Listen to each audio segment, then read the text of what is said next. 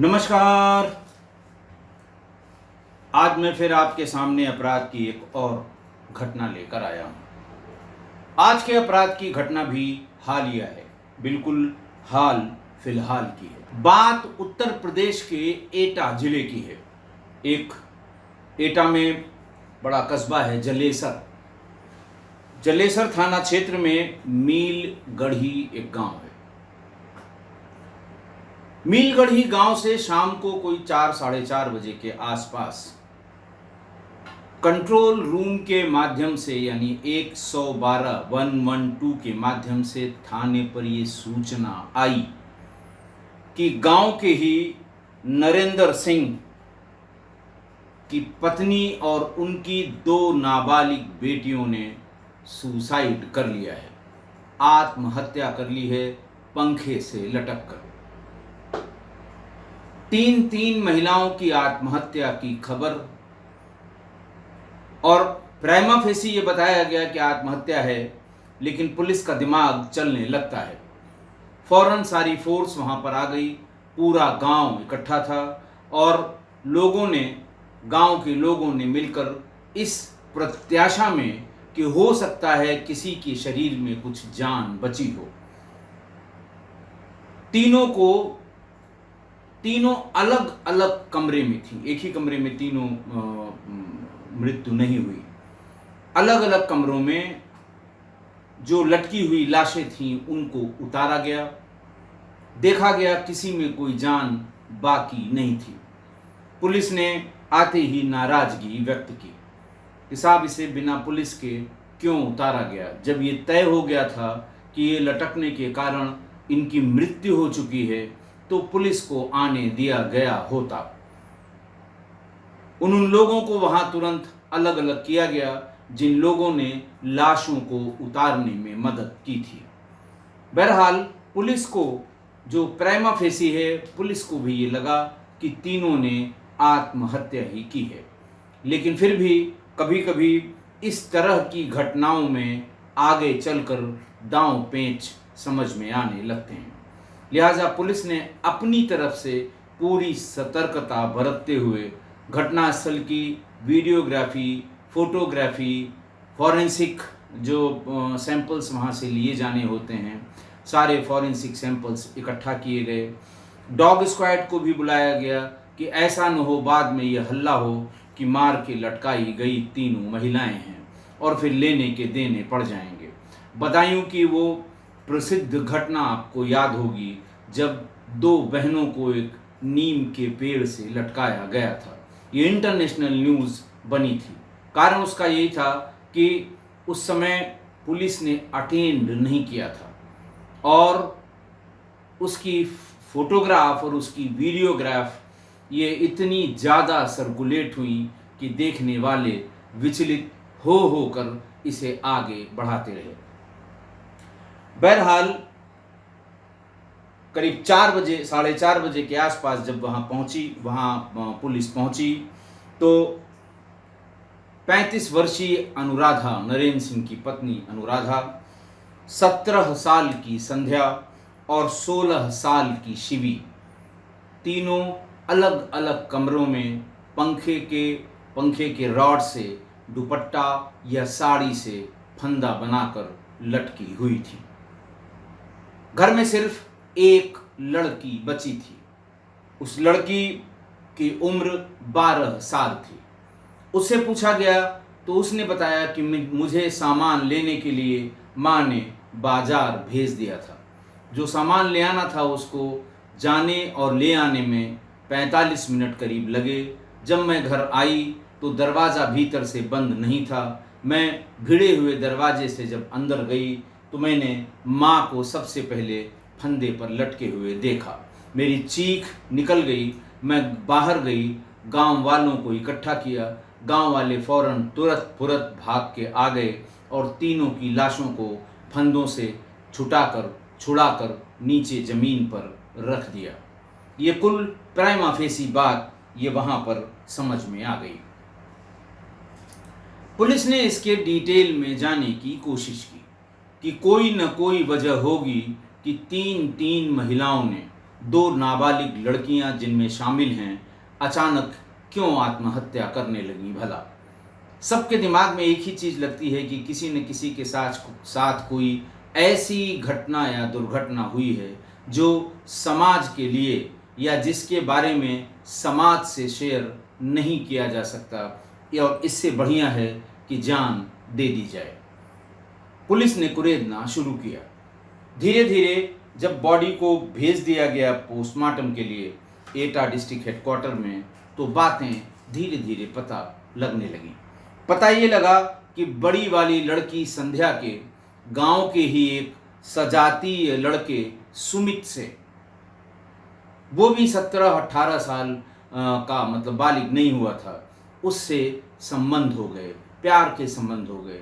लोगों की नज़रें दोनों को एक साथ कहीं देखते, बात करते, छिप छिप कर मिलते, लोगों की नज़रें पड़नी शुरू हो गई थी। और 3 दिन पहले 29 जुलाई 2023 की ये घटना है, और 3 दिन पहले 26 जुलाई को दोनों अपने अपने घर में एक ही समय में दिन में 2 बजे अपने अपने पंखे से फंदा बनाकर लटक गए थे। माँ अचानक आ गई, उसने बेटी संध्या को उस पर से उतार लिया। सांस चल रही थी, दौड़ के भाग के गाड़ी करके उसे अस्पताल ले गई। बेहोश रही रात भर, लेकिन अगले दिन से होश आ गया था। उधर सुमित के घर वाले थोड़ा देर से पहुंचे। सुमित उतना सौभाग्यशाली नहीं था। जब तक लोग पहुंचते उसे उतारते, उसकी मौत हो चुकी थी। लेकिन उन्हीं 4 लोगों के तानों के डर से, समाज के ये भ्रम फैलाने वाले नियमों के डर से, समाज को मुंह दिखाएंगे कैसे मुंह दिखाएंगे, ये डर एक जो समा गया है लोगों के भीतर कि 4 लोग क्या कहेंगे। वही 4 लोग जो समाज के ठेकेदार होते हैं, वही 4 लोग जो उस गांव के नियम कानून बनाते हैं, वही 4 लोग जो स्वयंभू संविधान बनाते हैं उस गांव का। कोई बात हो जाए, यही 4 लोग एक कान से दूसरे कान, दूसरे से चौथे, 5वें, 6ठे, अगले सवेरे तक जो बात किसी को न पता हो, वो यही 4 लोग बता देते हैं। यही 4 लोग हैं जो सामने पड़ने पर ताना जरूर मारेंगे। तो इन्हीं लोगों के डर से दोनों परिवारों ने ये तय किया कि हम पुलिस में नहीं जाएंगे। हम पुलिस में जाएंगे, आसपास के गांव वालों को पता लगेगा, फिर हमारा यहाँ समाज में निकलना, बाजार में जाना दूभर हो जाएगा। कितनी बड़ी गलती की दोनों परिवार के लोगों ने। पुलिस को कतई सूचना नहीं दी, और 3 दिन बाद 3 और आत्महत्याएं हो गईं। पुलिस के अनुसार हुआ कुछ यूं कि जब 26 तारीख को दोनों एक ही समय में अपने अपने घर में फंदा बनाकर लटक गए, और फिर बाद में सुमित की जान चली गई, संध्या बच गई, तो इसकी खबर 29 तारीख को दोपहर में गांव के किसी व्यक्ति ने नोएडा में रहने वाले अनुराधा के पति नरेंद्र सिंह को दे दी। बड़ा मजा आता है लोगों को। अरे भाई, ये घटना जिसके घर में हुई है पत्नी बता देती, बड़ी वाली या छोटी वाली बेटी बता देती। न पत्नी की हिम्मत पड़ रही थी तो लड़की की बुआ, मौसी, ताई, चाचा, बहुत से रिश्तेदार ऐसे होते हैं जो बता देते, लेकिन नहीं, गांव वालों को बड़ा मजा आता है। जब ये देखा कि 2-3 दिन हो गया, नरेंद्र सिंह अभी आए नहीं, ऐसा लगता है उनको पता नहीं लगा। तो जैसे होता है ना, फ़ोन किया, और क्या हाल चाल है, कैसे है, बहुत दिनों से आए नहीं और देखा नहीं भाई, क्या बात है, तुम्हें कुछ पता नहीं लगा क्या? तो अगला तुरंत पूछेगा, अरे भाई क्या बात है, कौन सी ऐसी पता लगने वाली बात थी, कुछ हुआ है क्या गाँव में? अरे उन्होंने कहा सब हो गया, मुझे तो बड़ा ताज्जुब है, तुम्हें कैसे नहीं पता लगा? खैर चलो, जो हुआ वो हुआ, लेकिन 1-8 दिन आके घूम जाना। तो आदमी के अंदर और उत्कंठा जागृत होती है कि नहीं बताओ क्या बात है। उन्होंने कहा नहीं चलो कोई बात नहीं, अब कोई ऐसा नहीं, लेकिन जो हुआ वो हुआ, अच्छा नहीं हुआ, लेकिन आ जाना तो फिर सब पता लग जाएगा, या फिर फ़ोन करके अपनी पत्नी से बात कर लो। जानते सब हैं, पाई पाई धेला धेला जानते हैं, एक एक मिनट की खबर होगी, नमक मिर्च लगा के उसको कई किलोमीटर का बना देंगे, लेकिन उसके मन में एक कीड़ा पैदा करने के लिए इतनी बात बता के फ़ोन काट दी। नरेंद्र ने फौरन अपनी पत्नी से बात की, क्या हुआ? पत्नी को लगा कि शायद इनको पता लग गया है। पत्नी ने पूरी बात साफ साफ बता दी कि संध्या और सुमित दोनों एक समय में अपने अपने घर में अपने अपने कमरों में फंदों पर लटक गए थे। मैं अचानक वहाँ से निकल रही थी, मुझे उससे कुछ बात करनी थी। मैं जैसे ही कमरे में गई, वो तुरंत का तुरंत झूली थी, शरीर उसका जोर जोर से हिल रहा था, हल्ला मचाया। मैंने खुद हाथ लगा के उसके पैर को ऊपर किया ताकि रस्सी उसके गर्दन में टाइट न हो उसके शरीर के बोझ से। बाकी दोनों लड़कियों को बुलाया, वो लोगों को ले आई और उसको नीचे उतारा। बेहोश हो गई थी, उसे भाग के हॉस्पिटल पहुंचाया। रात भर बेहोश रही, अगले दिन ठीक हो गई और कल ही उसको अस्पताल से ले आए। इतना सुनते ही नरेंद्र फोन पर ही आग बबूला हो गए और नरेंद्र ने कहा, तुम ही थी ना जो उसके शादी का प्रस्ताव ले आई थी। आखिरकार वो मर गया, बेटी बच गई, लेकिन बदनामी कितनी हुई तुम्हें पता नहीं है। और उसके बाद धारा प्रवाह गालियां अपनी पत्नी को, और ये कहा कि जरा संध्या से बात कराओ। संध्या भी डरते डरते उसने फ़ोन लिया और संध्या को भी सैकड़ों गालियां दी और ये कहा कि तुमने हमारी नाक कटा दी, मैं कैसे गांव में आऊँगा, कैसे लोगों को मुंह दिखाऊंगा, लोगों के सवालों का कैसे जवाब दूंगा। इतना सुनना था और फिर फ़ोन कट गया। फ़ोन कटते ही माँ और उन दोनों बच्चियों ने, तीसरी वाली चूँकि बहुत छोटी थी, उसको इन सब चीज़ों का पता नहीं था, तीनों ने वहीं पर डिसाइड किया कि हम इनके आने के पहले, इतना सुनने के बाद, ये नोएडा से चलेंगे ज़रूर। और नोएडा से एटा आने में 3-4 घंटे का समय, 3 घंटे का समय ही लगता है, इससे ज़्यादा का समय नहीं लगेगा। उसके पहले ही हम अपनी जान दे देते हैं, वरना इनका कोई भरोसा नहीं, ये मारपीट भी करेंगे और गाली गलौज तो करेंगे ही करेंगे। तीनों ने डिसाइड किया, तीनों अपने अपने कमरे में गए, किसी के हाथ दुपट्टा लगा, किसी के हाथ साड़ी लगी, फंदा बनाया और झूल गए। छोटी वाली को किसी बहाने से सामान लेने के लिए बाहर भेज दिया और यह बात सही थी। नरेंद्र ये सब सुन के विचलित हो गया था और इसी मानसिक स्थिति में वो फौरन अपने गांव के लिए चल दिया था, क्योंकि वो पूरी बात जान नहीं पाया था कि ऐसा तो नहीं इसमें कोई मुकदमा लिखा गया हो, बाद में पुलिस परेशान करे, मुझे मेरी नौकरी का संकट पड़ जाए। बहरहाल परिवार के साथ हुआ तो बहुत बुरा। लोगों ने और भी तरह तरह की बातें करनी शुरू की, लेकिन वहाँ के जो एडिशनल एसपी हैं धनंजय सिंह कुशवाहा, उन्होंने टीम बनाकर इससे संबंधित सभी पहलुओं की बारीकी से जांच की और ये बताया प्रेस को कि महिला और उसके 2 बेटियों ने आत्महत्या ही की है। पोस्टमार्टम रिपोर्ट से भी आत्महत्या की ही पुष्टि हुई है। कारण पूछे जाने पर उसने ये बताया कि इन दोनों की बड़ी बेटी से सजातीय युवक सुमित से इन दोनों का प्रेम संबंध हुआ था, जिसको दोनों परिवारों ने नकार दिया था, मना कर दिया था। इसी से क्षुब्ध होकर 2 दिन पहले यानी 26 जुलाई को दोनों ने आत्महत्या करने की कोशिश की थी। सुमित जान से चला गया, लेकिन संध्या बच गई। और जब इनके बाप को ये बात पता चली तो उन्होंने अपनी पत्नी और बच्चियों को बहुत डांटा डपटा, इस डर से कि अभी वो अगर चल देंगे और यहाँ पहुँचेंगे नरेंद्र तो उसके बाद उनका बुरा हाल होगा। इसी डर से तीनों ने आत्महत्या कर ली। आज की घटना। आज की घटना में दो नाबालिगों का प्यार पूरे परिवार को ले डूबा। लड़का लड़की सजातीय थे लेकिन माइनर थे, और नज़दीक आने के सफ़र की शुरुआत उसी मोबाइल फ़ोन से हुई। मेरे एक सुधी श्रोता ने परसों एक टिप्पणी की कि पिछले कुछ एपिसोड से मैं देख रहा हूँ कि modern gadgets, mobile phone, internet, इनके आप बहुत विरोधी हैं, जबकि ये देश की तरक्की के लिए सबसे ज़्यादा सहायक हैं।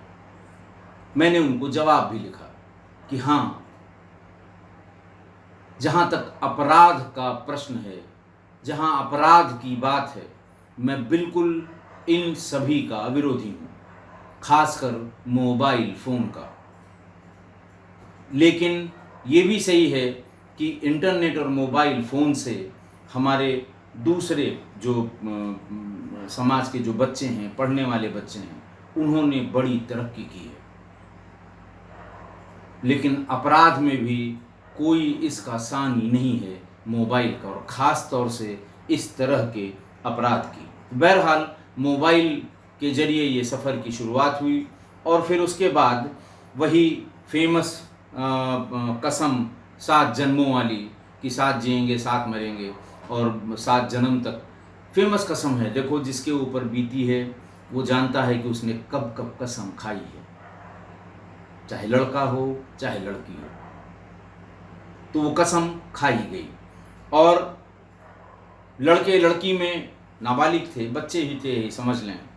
भागने की कुव्वत नहीं थी कि इकट्ठा हों और भाग लें कहीं के लिए, और न ही अकेले रहने की हिम्मत थी कि भाग के जाएंगे तो रहेंगे कहाँ। दोनों के पास पैसे नहीं थे, परिवार में भी इतने पैसे नहीं थे कि कहीं से चुरा के या झटका मार के पैसा लेके भागें। सब ट्राई कर चुके थे, लिहाजा न उनकी कुव्वत थी, न उनकी हिम्मत थी, और पैसों के लिहाज से उनकी औकात भी नहीं थी। और कमोबेश यही सिचुएशन गांव-गांव में डेवलप हो गई है, जहां ये नई पीढ़ी के नए जवान होते बच्चे बच्चियां, मोबाइल मिल गया, किसी कोने में कहीं से बैठ के बात करिए, क्या क्या बात करिए, भगवान ही मालिक है। और फिर भागने की भी घटनाएं हैं और न भागने की भी घटनाएं हैं, और फिर जो आज की घटना में हुआ उस तरह की घटनाएं भी अब गांव-गांव कॉमन हो गई हैं। पहले ऐसा नहीं था, क्योंकि इस मोबाइल ने दिमाग के सारे दरवाजे समय से पहले ही खोल दिए हैं। खिड़कियों से झांक झांक के, लड़के हों चाहे लड़कियां, समाज को हर रूप रंग से देखने लगे हैं, और ये दोनों बच्चे भी दिन रात इसी में डूबते उतराते रहे होंगे। सारे जितने ऑप्शंस थे उन पर विचार करने के बाद दोनों ने ये तय किया कि घर वालों से शादी की बात की जाए, और चूंकि सजाती हैं इसलिए बहुत ज़्यादा दिक्कत नहीं होगी, और क्या कारण है कि दोनों के घर वाले मना करेंगे, कोई समस्या नहीं है। बात बालिग नाबालिग की आएगी तो अभी इंगेजमेंट हो जाए, जब दोनों बालिग होंगे तब शादी हो जाए। बहरहाल दोनों ने अपनी अपनी माँ के जरिए एक दूसरे के यहाँ ये संदेश भिजवाया कि अब दोनों की शादी कर दी जाए। लड़की के पिता नरेंद्र सिंह ने इस प्रस्ताव को सिरे से खारिज कर दिया, पहली फुर्सत में ही कह दिया संभव नहीं है, और कहा कि इसके पास तो कुछ है नहीं, ये मेरी बेटी को क्या खिलाएगा। और दूसरा कहा कि वही 4 लोग क्या कहेंगे कि कौन सी जल्दी थी इनको शादी करने की, इन्हें अच्छे लड़के मिल जाते, इनको अच्छी शादी मिल जाती, कहाँ इन्होंने शादी तय कर ली।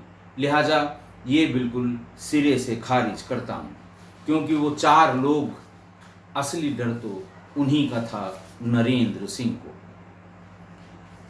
लड़के के बाप ने ये कहा कि देखिए लड़की अभी नाबालिग है, अगर शादी या एंगेजमेंट कुछ भी किया गया तो पुलिस पूरे परिवार को जेल भेज देगी। मैं ऐसा कोई रिस्क नहीं ले सकता, मेरी तरफ से भी शादी के लिए ना है, किसी कीमत पर मैं भी शादी नहीं करूँगा। ठीक है, साल डेढ़ साल बाद जब दोनों बालिग हो जाएंगे, करीब 2 साल बाद, फिर अगर ये प्रस्ताव आया तो हम इस पर विचार करेंगे और तब हम इसे देखेंगे।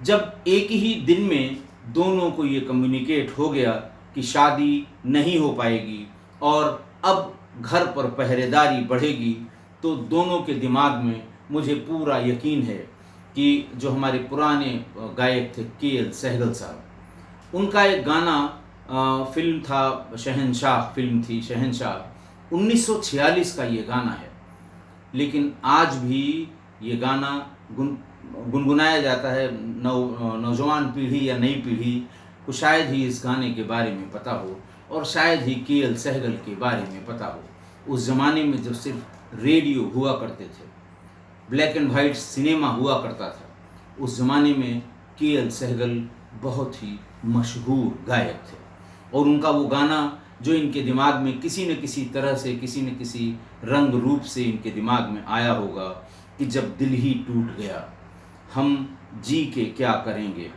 उल्फत का दिया हमने इस दिल से जलाया था, इस दिल में जलाया था, उम्मीद के फूलों से इस दिल को सजाया था। ये उनके मन की बात होगी कि अब हमारे जीने का कोई मतलब नहीं है। जब हम एक साथ रह नहीं सकते तो जीने का क्या मतलब है। इस गाने का लिंक मैं कम्युनिटी पे भेज रहा हूँ, खासकर बहुत यंग जनरेशन के लिए। इसके बोल, इसके लिरिक्स ध्यान से सुनिएगा कि उस ज़माने में बोल का मतलब होता था, लिरिक्स के मायने होते थे और वो कहीं न कहीं जो उस उम्र का आदमी होता था उस लिरिक्स से अपने आप को रिलेट कर लेता था। ज़रूर सुनिएगा 1946 की फिल्म शहंशाह का ये गाना, शाहजहां का ये गाना, के.एल. सहगल का गाया हुआ कि जब दिल ही टूट गया हम जी के क्या करेंगे। जब ये कम्युनिकेट हुआ और उनको लगा कि अब तो जीने का कोई मतलब नहीं है, 26 जुलाई को एक साथ दोनों ने एक समय पर फांसी पर लटक जाना तय किया। इतनी हिम्मत नहीं थी कि लड़की लड़के वाले के यहाँ जाके दोनों एक साथ लटक जाएं, या लड़की लड़का दोनों भाग के बाग में किसी पेड़ पर लटक जाएं, या लड़का भाग के लड़की के यहाँ आ जाए और उसके यहाँ एक साथ 2 फंदों में लटक जाएं। अपने अपने घर में, अपने अपने कमरे में लटक जाना तय पाया। रीज़न सिर्फ यही था कि लोगों को पता लग जाए कि इन दोनों के साथ ज़्यादती हुई है और इन दोनों को शादी नहीं करने दी गई। बहरहाल दोनों एक ही तय समय पर लटके, लेकिन लड़की की माँ अचानक आ गई। लड़की बिल्कुल झूली ही थी फंदे पर। उसको पैरों से ऊपर की तरफ उठाया ताकि फंदा कसने न पाए। अपनी दोनों बेटियों को बुलाकर और आसपास के लोगों को बुलाकर उसे फंदे से उतार दिया, लेकिन पहले शॉक में या पहले झटके में वो बेहोश हो गई थी।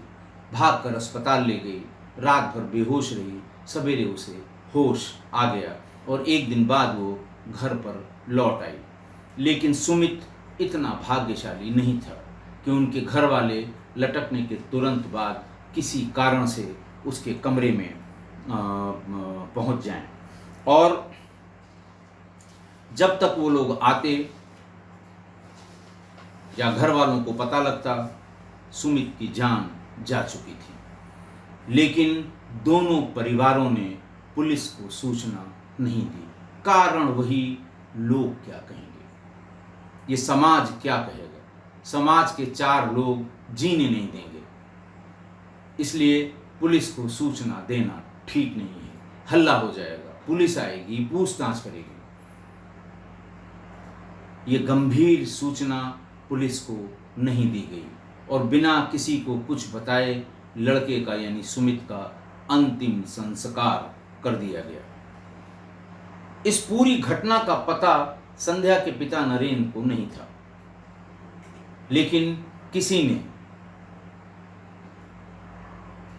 कोई गांव ऐसा नहीं है जहां शकुनी के वंशज न हो, कोई मोहल्ला ऐसा नहीं है जहां शकुनी के वंशज आज भी मौजूद न हो, जिन्हें खाना नहीं पचता जब तक इधर उधर की सूचनाएं इधर उधर न कर दें। बहरहाल किसी ने सूचना दे दी। आग बबूला हो गया वो अपनी पत्नी पर और बड़ी वाली बेटी पर, और ये कहा कि मैं आ रहा हूँ, मैं देखता हूँ तुम लोगों को, मेरी नाक कटा दी, मैं गांव कैसे आऊँगा। और फिर इसी डर से तीनों ने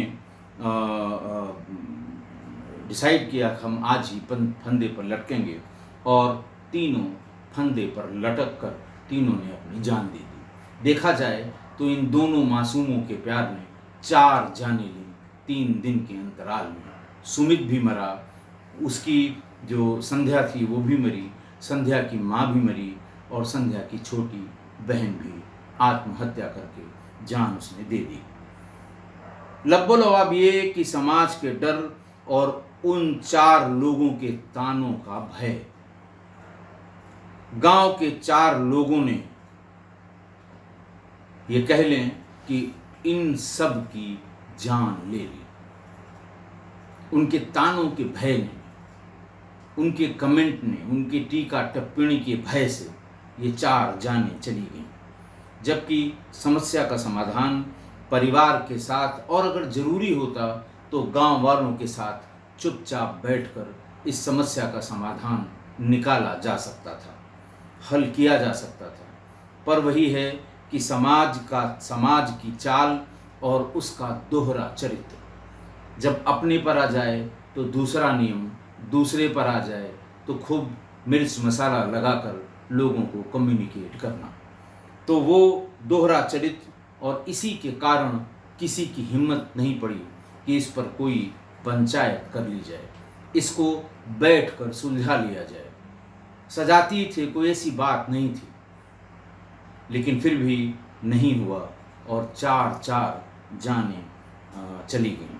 तो ऐसी समस्याओं का समाधान बैठकर करें, बैठकर हल करें। इसे परिवार को पूरा बिठाकर हल करें। नरेंद्र को इतना गर्म होने की ज़रूरत नहीं थी। सुन के वो आता, पूछता क्या बात हो गई, या जब उसकी माँ ने, लड़की की माँ ने कहा था कि इस तरह शादी का प्रपोज़ल सुमित की माँ की तरफ से आया है, तो बैठ के इत्मीनान से कहता कि चलो ठीक है, हम मान लेते हैं, कह दो एक दिन, एक साल के लिए वेट कर लें, चलो मंदिर में इनका हम इंगेजमेंट कर देते हैं ताकि गांव वालों को पता न लगे। लेकिन कुछ नहीं, बस वही कि लोग क्या कहेंगे। आशा है मेरी बात से आप सहमत होंगे। आज के लिए इतना ही। बहुत बहुत धन्यवाद।